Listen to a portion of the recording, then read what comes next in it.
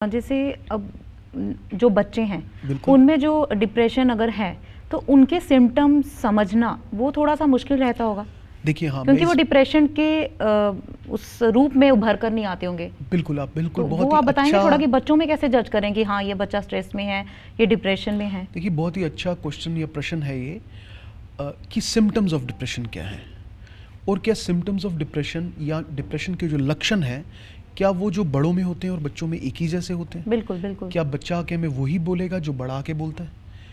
ये बहुत अच्छा प्रश्न है। इस बारे में श्रोताओं को जानना ज़रूरी है कि डिप्रेशन एज अ बीमारी किसी को किसी भी स्टेज में हो सकती है, बहुत छोटे बच्चे से लेके बहुत बूढ़े इंसान तक। पर हर स्टेजेस पे किस तरीके से आदमी आता है, किस तरीके से आदमी डिप्रेशन को बताता है, उसमें फ़र्क आ जाता है। नॉर्मल तौर पे जैसे एडल्ट लोगों की बात करते हैं, बड़े इंसानों की बात करते हैं जो अपने मन की भावनाओं को अच्छे से व्यक्त कर पाते हैं, जब वो हमारे पास आते हैं तो ज़्यादातर उदास मन लेकर आते हैं। उनका मन काफ़ी हफ्तों से उदास रहता है। कोई भी अच्छी चीज़ जो उनको पहले खुश करती थी अब उनको खुशी नहीं लाती। बिल्कुल, जिन चीज़ों में उनका पहले मन लगता था अब उन चीज़ों में मन नहीं यानी लगता। एक्साइटमेंट खत्म ख़त्म हो जाती है। जिन चीज़ों में हॉबीज़, जो इंटरेस्ट है उनके, जो चीज़ें उनको पहले खुश लगती थी वो चीज़ें उनको खुश नहीं करती अब। नींद नहीं आती है। नींद भी एक डिप्रेशन का बहुत बड़ा सिम्टम है। नींद आना बंद हो जाती है या बहुत कम हो जाती है, या अक्सर लोग जितने बजे सुबह उठते हैं उससे 2 या 3 घंटा पहले उठ जाते हैं। कई लोग मेरे सामने आके बोलते हैं कि पहले तो मैं 6-7 बजे तक आराम से सो लेता था, मैं 3 बजे रात को नींद खुल जाती है।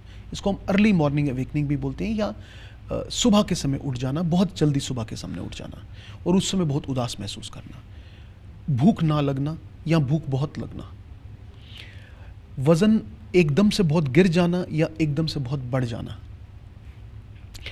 अपने में एक आत्मग्लानि या गिल्टी फील करना कि मैंने शायद जो काम किए हैं गलत किए हैं, जितने की काम वो गलत नहीं है उससे ज़्यादा, ज़रूरत से ज़्यादा महसूस करना कि ये गलत हो चुके हैं। शायद बात बहुत छोटी सी है पर इंसान का दिमाग डिप्रेशन के समय पे इस तरीके से सोचने में, इस तरह से सोचने पे मजबूर हो जाता है कि छोटी छोटी चीज़ें जिसको आदमी नॉर्मली दिन भर में निगलेक्ट करता है वही बहुत बड़ी बड़ी बातें लगती हैं कि मैंने इस तरह गलत कर दिया, मैंने उससे बात गलत कर दी, अब मेरा रिलेशनशिप टूट जाएगा, अब मेरे से कोई बात नहीं करेगा। अपने आप में गिल्ट वाली फीलिंग हमेशा महसूस होती है। उसके बाद 3 मेजर चीज़ें हैं जो दिमाग की सोच को बिल्कुल बदल देती हैं डिप्रेशन के समय, और वो नॉर्मल सोच से बिल्कुल अलग सोच है। एक फीलिंग ऑफ होपलेसनेस हो जाना कि अब मेरा कुछ नहीं हो सकता, सब कुछ ठीक है, अपने इन्वायरमेंट के अकॉर्डिंगली सब कुछ ठीक चलते हुए भी इंसान को महसूस होता है कि शायद अब मेरा कुछ अच्छा बनेगा नहीं, फ्यूचर इज़ वेरी डार्क, आने वाला कल बहुत ही गमगीन रहेगा, किसी तरह से उसमें उत्साह नहीं बाकी है, किसी तरीके से उसमें यानी लाइफ से एक्सपेक्टेशंस खत्म हो जाती हैं। आदमी को महसूस होता है कि अब एक्सपेक्टेशन हमेशा खराब की तरफ जाएगी, कुछ अच्छा नहीं होने वाला, नेगेटिव अप्रोच, होपलेसनेस, कोई चीज़ का होप नहीं रहना। दूसरी चीज़ है हेल्पलेसनेस। हेल्पलेसनेस कहने का मतलब कि अब मेरे को किसी भी प्रकार की मदद ठीक नहीं कर सकती।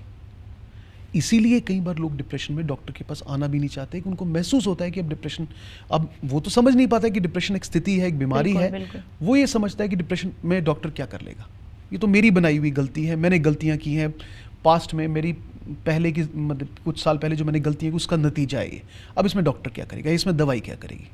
ये तो आगे डॉक्टर साहब अडल्ट्स की बात। हाँ, जस्ट मैं ख़त्म करने से मैं बच्चों के लिए जाता हूँ कि और लास्ट में वर्थलेसनेस, अपने आप की जो कैपेबिलिटीज़ हैं उसको नेगेटिवली सोचना, और फाइनली जब ये स्टेजेस बहुत बढ़ जाती हैं अपने आप को नुकसान पहुंचाने के बारे में सोचना, अपने आप को मारने के बारे में सोचना, आत्महत्या के बारे में सोचना और आत्महत्या का प्रयास कर देना। इस तरीके से अमूमन ज़्यादातर लोग प्रेजेंट करते हैं, या एडल्ट्स प्रेजेंट करते हैं, या बड़े लोग जो कि अपने आप को थोड़ा बहुत समझते हैं वो प्रेजेंट करते हैं। पर जहाँ से हमारी बात शुरू हुई थी कि बच्चे या यंग एडल्ट्स जो कि डिप्रेशन में होते हैं, अगर उनको डिप्रेशन होता है क्या वो भी यही सिम्टम लेके आते हैं? ऐसा नहीं है। देखिए बच्चे अपने आप में इतना अपने बारे में समझ नहीं पाते, वो अपने मन के बारे में इतना ख्याल नहीं कर पाते। जब वो हमारे पास आते हैं उनकी प्रेजेंटेशन या उनका जो सिम्टम्स हैं एडल्ट से बिल्कुल अलग रहते हैं। बच्चों में मन उतना उदास नहीं होता पर बहुत चिड़चिड़ापन आ जाता है। स्कूल नहीं जाने की जिद स्कूल करना। नहीं जाते हैं, बहुत बड़ा एक डिप्रेशन का सिम्टम जो आजकल बहुत कॉमनली देखा जा रहा है, क्योंकि स्कूलिंग हमारे लिए अब बहुत एक इम्पॉर्टेंट चीज़ भी है। हम बच्चों को प्रेशराइज भी करते हैं, स्कूल में परफॉर्मेंस पे प्रेशराइज करते हैं, तो बच्चों का स्कूल की तरफ से रुझान हट जाना, ट्यूशन की तरफ से रुझान हट जाना, हॉबीज़ जो करते हैं उसकी तरफ से रुझान हट जाना। तीसरी चीज़ है उनकी एकेडमिक परफॉर्मेंस में कमी आ जाना, ग्रेड्स एकदम फॉल करना। बहुत सारे लोग बोलते हैं कि पिछले साल तक बच्चा तो 85-90% लेता था, पर इस बार तो पास भी नहीं हो पा रहा है। पढ़ने बैठता है, टाइम लगाता है, पर कंसंट्रेशन नहीं बनती। तो दूसरा जो बच्चे प्रेजेंट करते हैं कि बच्चों की पढ़ाई में कंसंट्रेशन ख़त्म हो जाती है, पढ़ाई में अटेंशन ख़त्म हो जाती है, मेमोरी ख़त्म हो जाती है, याददाश्त, क्योंकि वो इतना ध्यान नहीं दे पाते, इतने अच्छे से उसके बारे में पढ़ नहीं पाते, इसलिए याददाश्त नहीं रहती और एक्सप्लेन भी नहीं कर पाते पेरेंट्स को कि क्यों उनके साथ। बिल्कुल, देखिए बिहेवियर चेंज हो रहा है, पेरेंट्स परेशान हैं, बच्चे परेशान दिख रहे हैं, पर कोई आदमी को समझ नहीं आ रही है क्या हो रहा है। हाँ, ऐसे सिचुएशन को टैकल कैसे? देखिए, जब तक हम चीज़ के बारे में जानेंगे नहीं, जब तक इस बारे में हम सोचेंगे नहीं, तब तक हम कभी समझ नहीं पाएंगे।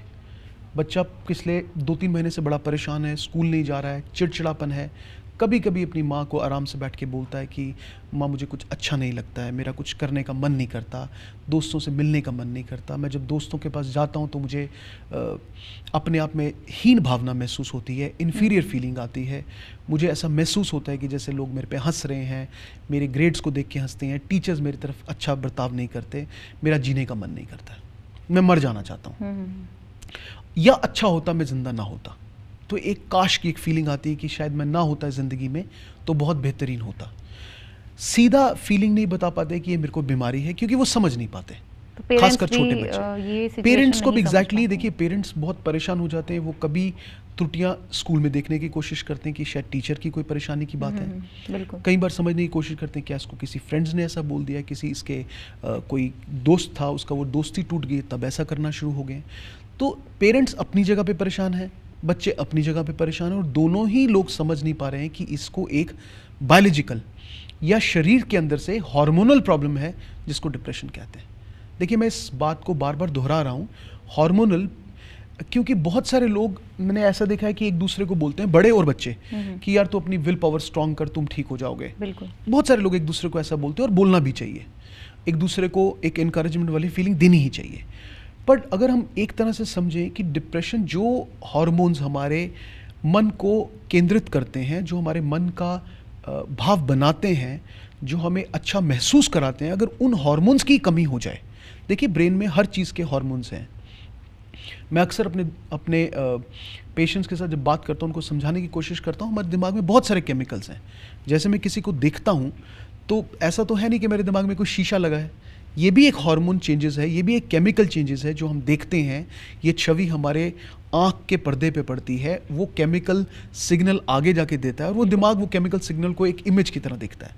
तो ये देखने एक छोटी सी चीज़ में भी बहुत सारे केमिकल बदलाव होते हैं। इसी तरीके से हमारे मन को समझने में, मन को अच्छा फील करवाने में, यानी डॉक्टर साहब बच्चों में भी हार्मोनल चेंजेस के कारण ही बिल्कुल ये हार्मोनल प्रॉब्लम है। इसमें कुछ हार्मोन्स हैं, जैसे कि 2-3 हार्मोन्स का मैं नाम बताता हूँ। सेरोटोनिन करके एक हार्मोन है, डोपामीन करके एक हार्मोन है। तो ये कुछ जैसे हम थायराइड हार्मोन समझते हैं, इस तरह के न्यूरोट्रांसमीटर्स या हार्मोन बोलते हैं दिमाग में, जो हमारे मन को केंद्रित करते हैं, मन का